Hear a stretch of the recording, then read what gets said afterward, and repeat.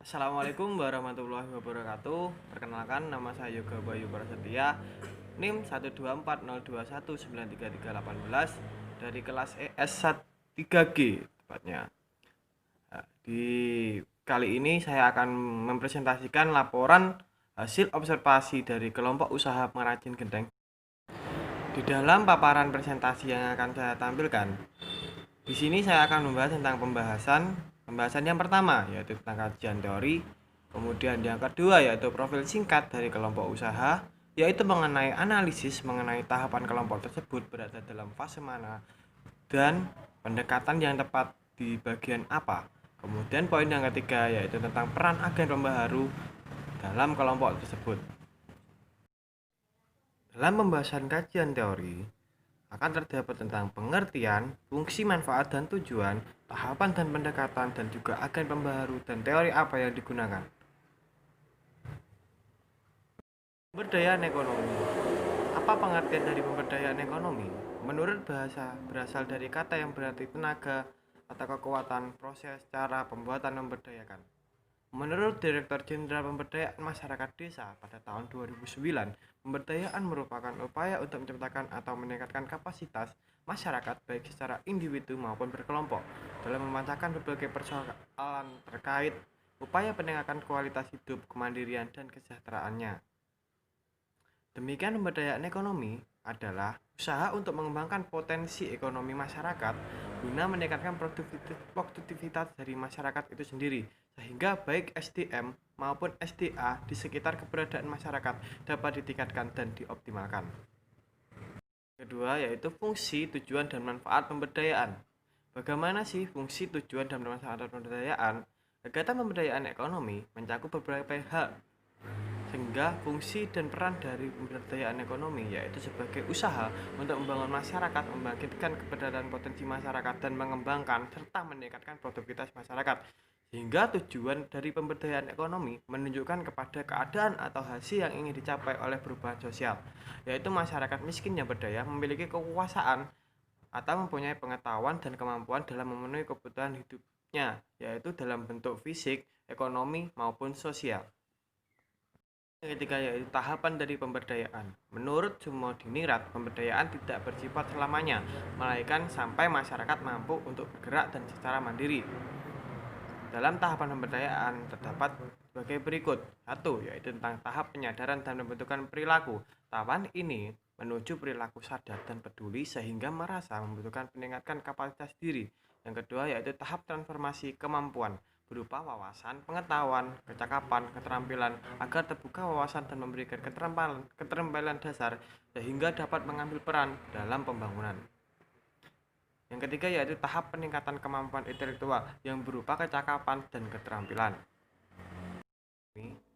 Perlunya pendekatan dan pemberdayaan ekonomi sebagai metode dalam pendampingan atau pemantauan supaya peran agen pembaharu bisa berintegritas dengan sebuah kelompok pemberdayaan yang akan diberdayakannya. Agen pembaharu dan teori pemberdayaan ekonomi. Agen pembaharu merupakan stakeholder yang memiliki kapasitas untuk mampu menggerakkan masyarakat sehingga mempunyai dorongan agar masyarakat lebih berdaya dari sebelumnya. Teori pemberdayaan ekonomi, salah satu teori ekonomi yang cocok dalam analisis dari kelompok usaha yang saya wawancarai yaitu teori ekonomi Hardt dan Domar. Sebab sebuah pandangan yang dampaknya besar dan berlanjut hingga sekarang adalah mode pertumbuhan yang dikembangkan oleh Hardt dan Domar. Dalam model Hardt dan Domar, pertumbuhan ekonomi akan terdapat beberapa unsur pokok yaitu jumlah tabungan dan produktivitas modal. Pembahasan yang kedua yaitu mengenai profil lengkap dari kelompok usaha. Yang pertama yaitu terkait dengan identitas organisasi. Di Desa Sumberhen Kulon terdapat sebuah kelompok usaha. Kelompok usahanya yaitu tentang kelompok usaha pemberdayaan ekonomi pengrajin genteng Desa Sumberhen Kulon. Lokasi kelompok usaha tersebut berada di RT 2 RW 4 Desa Sumberhen Kulon, Kecamatan Ngunut, Kabupaten Tulungagung. Kelompok perajin genteng ini sudah berdiri sejak tahun 2000-an dan mengalami perkembangan pada setiap tahunnya. Kelompok usaha ini dipegang dan diketuai oleh Bapak Tono. Objek yang digunakan dalam kelompok ini adalah genteng. Genteng merupakan salah satu bahan dari infrastruktur pembangunan yaitu sebagai atap rumah ataupun atap bangunan. Keunggulan genteng daripada eh, bahan pembangunan yang lain yaitu genteng sendiri mempunyai manfaat untuk membuat ruangan di dalamnya itu menjadi sejuk dan juga tahan panas. Dikarenakan apa? Dikarenakan dari bahan dari genteng itu terbuat dari alami dan juga mempunyai kadar penahan panas yang cukup optimal daripada bahan-bahan yang digunakan sebagai atap yang lainnya. Dinamika dari organisasi kelompok usaha. Dinamika dari profil lengkap kelompok usaha pembudidaya genteng Desa Sembrian Kulon yaitu audisi genteng ini dilakukan dengan melihat situasi dan kondisi cuaca. Dikarenakan dalam produksi genteng ada salah satu tahapan yang juga membutuhkan sinar matahari untuk mengeringkan bahan sehingga musim hujan juga mengakibatkan produksi genteng ini menurun karena sinar dari matahari yang digunakan untuk memanaskan genteng atau juga mengeringkan genteng itu tidak bisa digunakan. Kemudian dari strategi penjualan genteng ini dengan sistem online dan online, yaitu membeli datang langsung ke tempat produksi dan untuk penjualan online-nya dilewatkan dalam salah satu kelompok marketplace di media sosial. Analisis kelompok usaha dari data wawancara dengan salah satu anggota kelompok usaha Desa Sumringin Kulon, kelompok usaha ini sudah merupakan dalam kelompok pemberdaya. Anggota dari kelompok usaha pengrajin genteng Desa Sumringin ini telah juga mempunyai wawasan dan juga pengetahuan mengenai inisiatif dan cara menarik daya tarik konsumen dan juga mengenai apa-apa yang bisa diberdayakan. Metode pendekatan yang digunakan dalam kelompok usaha perajin genteng Desa Sembrian Kulon ini adalah pendekatan pemeliharaan, sebab kelompok usaha ini sudah memelihara situasi dan kondisi yang kondusif dalam proses usahanya, sehingga keseimbangan distribusi kekuasaan antara berbagai kelompok dalam masyarakat ini tidak ada kesenjangan, baik itu kesenjangan secara ekonomi, kesenjangan dari sosial. Pembahasan yang ketiga yaitu peran agen pembaharu dalam kelompok usaha. Peran agen pembaharu dalam kelompok usaha budidaya genteng Desa Sembrian Kulon ini yaitu sebagai cara atau penghubung antar pengusaha dengan tujuan agar inovasi dan masukan dapat diterima. Peran utama dari sosok agen pembaharu itu yaitu melancarkan jalannya arus inovasi dari kelompok usaha pemberdayaan. Maka oleh karena itu, saya akan menjembatani kelompok usaha pengrajin genteng tersebut untuk mengoptimalkan proses pemberdayaannya. Langkah pertama yang akan saya ambil yaitu mengkoneksikan dengan organisasi lain. Dengan kita mengkoneksikan kelompok usaha ini dengan organisasi lain, dampaknya atau feedback yang didapatkan dari kelompok usaha tersebut juga akan mengalami strategi pemasaran yang cukup optimal dan juga akan bertimbang balik kepada perusahaan itu sendiri. Yang kedua, membuat kelompok usaha ini lebih aktif dalam metode penjualan online.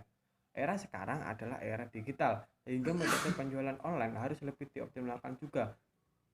Yang ketiga, yaitu membuat kelompok usaha pengrajin genteng ini tergabung dalam komunitas antar UMKM yang ada di Tulungagung. Sebuah kerjasama antar tim yang akan menghasilkan sesuatu yang baik, salah satunya yaitu kerjasama dengan pengusaha batu bata atau semen atau juga bahan pembangunan yang lain, karena perusahaan tersebut juga seklaster dengan perusahaan genteng yang saya wawancarai tersebut, sehingga objek yang dicari tentunya tidak akan jauh berbeda dari apa yang dia butuhkan. Kesimpulan yang dapat saya tarik yaitu keberhasilan agen pembaharu dalam melancarkan proses komunikasi antar pengusaha pembaharu dengan klien merupakan kunci keberhasilan dari proses difusi inovasi dan juga kreativitas. Kemudian saran yang bisa saya sampaikan kepada kelompok usaha pemberdayaan ekonomi yaitu kelompok usaha ini harus memulai dan mengoptimalkan penjualan kerajinan genteng dengan sistem online. Kelompok usaha perajin genteng Desa Sembrian Kulon ini juga harus solid dalam hal bekerja sama. Kelompok usaha ini juga harus bisa berinovatif dan juga berkreatif terbaik mungkin supaya target dalam penjualan genteng bisa optimal dan maksimal dengan baik. Berikut tadi adalah paparan presentasi dari rapor hasil observasi kelompok usaha pengrajin genteng Desa Sembrian Kulon. dalam rangka untuk melengkapi tugas dari pemberdayaan ekonomi yang pengampu dosennya, yaitu Bu Neni Ayu Nurmarita. Demikian dari presentasi dari saya. Atas kurangnya dan juga wawasan pengetahuan dari presentasi yang saya sampaikan dan juga materi yang juga saya ucapkan, atas kurangnya saya mohon maaf, dan atas kelebihannya saya ucapkan terima kasih. Wallahul muwaffiq wa ila aqwamit thoriq. Assalamualaikum warahmatullahi wabarakatuh.